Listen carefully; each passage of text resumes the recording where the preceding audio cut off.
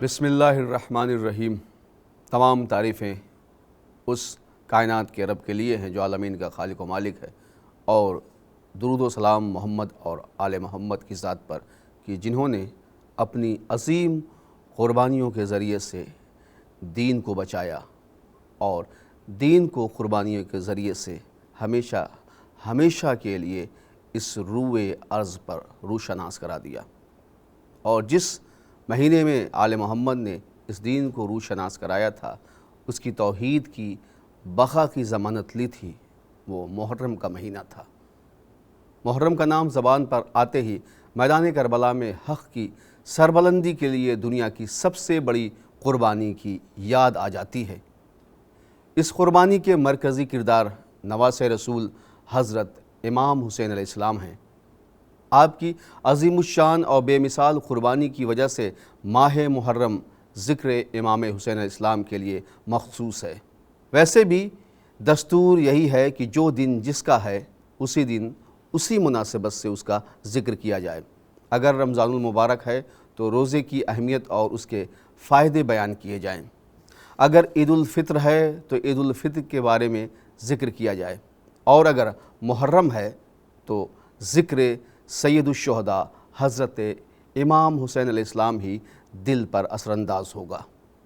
دن ہو شہادت حضرت امام حسین علیہ السلام کا اور ہم اپنے لبوں پر شہید اعظم محسن انسانیت کا نام تک نہ لیں اور ان کی شان و عظمت اور شہادت بیان نہ کریں تو یہ کتنی بڑی ناانصافی ہوگی۔ اس دنیا میں اگر کوئی ہمارا چھوٹا سا بھی کام کر دیتا ہے یا چند روپے قرض دے دیتا ہے تو ہم دوسروں سے اس کی عنایات اور مہربانی کا ذکر بار بار کرتے ہیں اور اس کے احسان مند رہتے ہیں، کیونکہ دنیاوی لحاظ سے بھی اور تعلیمات آل محمد یا تعلیمات آل رسول کی روشنی میں بھی یہی پسندیدہ راستہ ہے، اور اگر ہم ایسا نہ کریں تو یہ احسان فراموشی ہوگی اور ہم احسان فراموش کہلائیں گے۔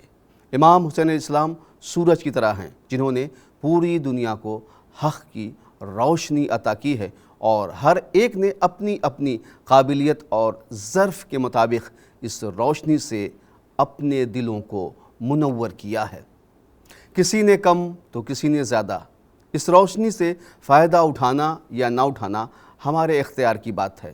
ہم چاہیں تو اس روشنی سے اپنی زندگی کو روشن بنا لیں یا اس سے محروم رہ کر اندھیروں میں ٹھوکریں کھاتے رہیں۔ ذات حضرت امام حسین علیہ السلام وہ روشنی ہے جو اندھیروں میں ٹھوکریں کھانے سے بچاتی ہے، حق پر چلنے کا راستہ دکھاتی ہے۔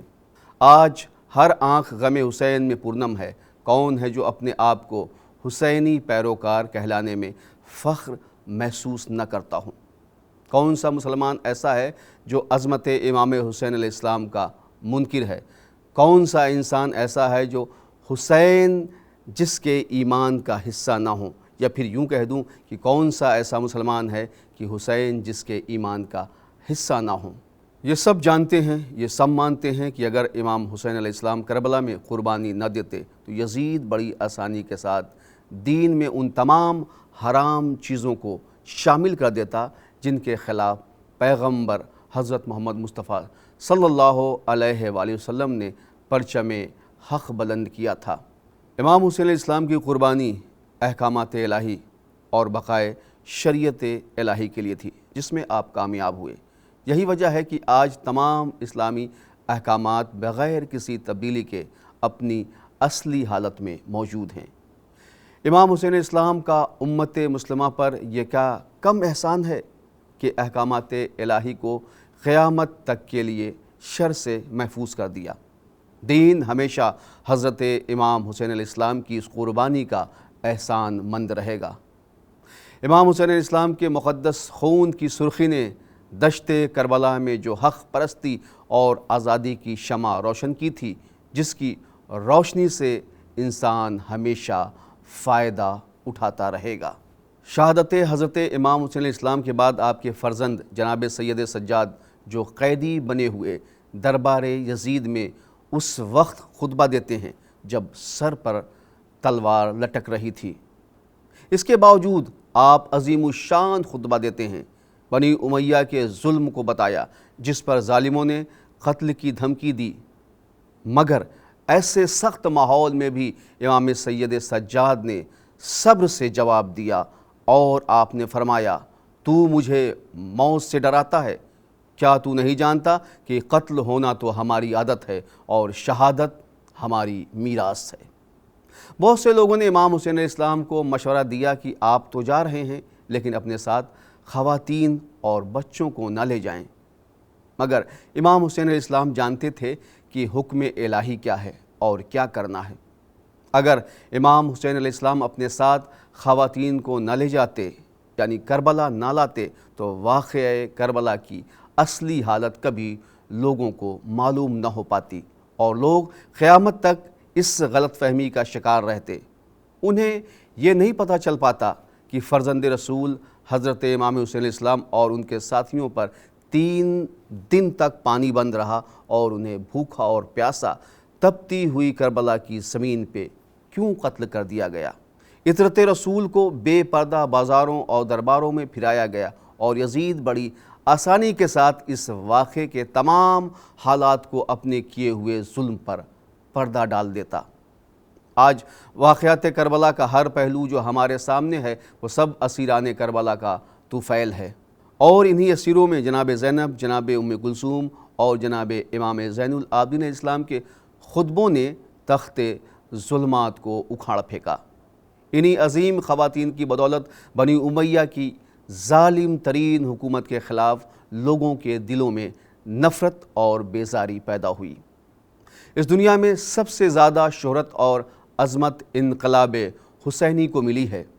تاریخ عاشورہ میں تحریر ہے کہ کربلا سے شام تک اسیران کربلا جہاں بھی گئے اپنی فتح اور کامرانی اور دشمن کی رسوائی کا ذکر کرتے رہے، اپنے اوپر ہونے والے ظلم کو لوگوں کو بتاتے تھے اور دشمن کی حقیقت، دشمنوں کا تعارف تاریخ کے بدنام ترین انسانوں کی حیثیت سے کرواتے تھے۔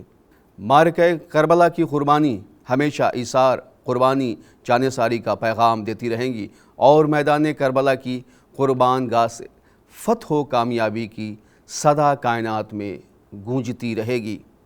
کربلا کے خونی ماحول میں اتنے ظلم کو بھی سہنے پر خاندان مصطفیٰ کی خواتین نے ہمیں یہی پیغام دیا ہے کہ کبھی بھی ظالم کے آگے سر نہ جھکانا، زمانے کو اپنے ساتھ ہوئے بے خطا ظلم کو ضرور بتانا چاہیے تاکہ پوری دنیا میں ظالم کے ظلم کا پتہ چلے، ظالم کے ظلم کے بارے میں لوگ جانیں اور پھر ظالم سے اور ظلم سے نفرت کرنے لگے۔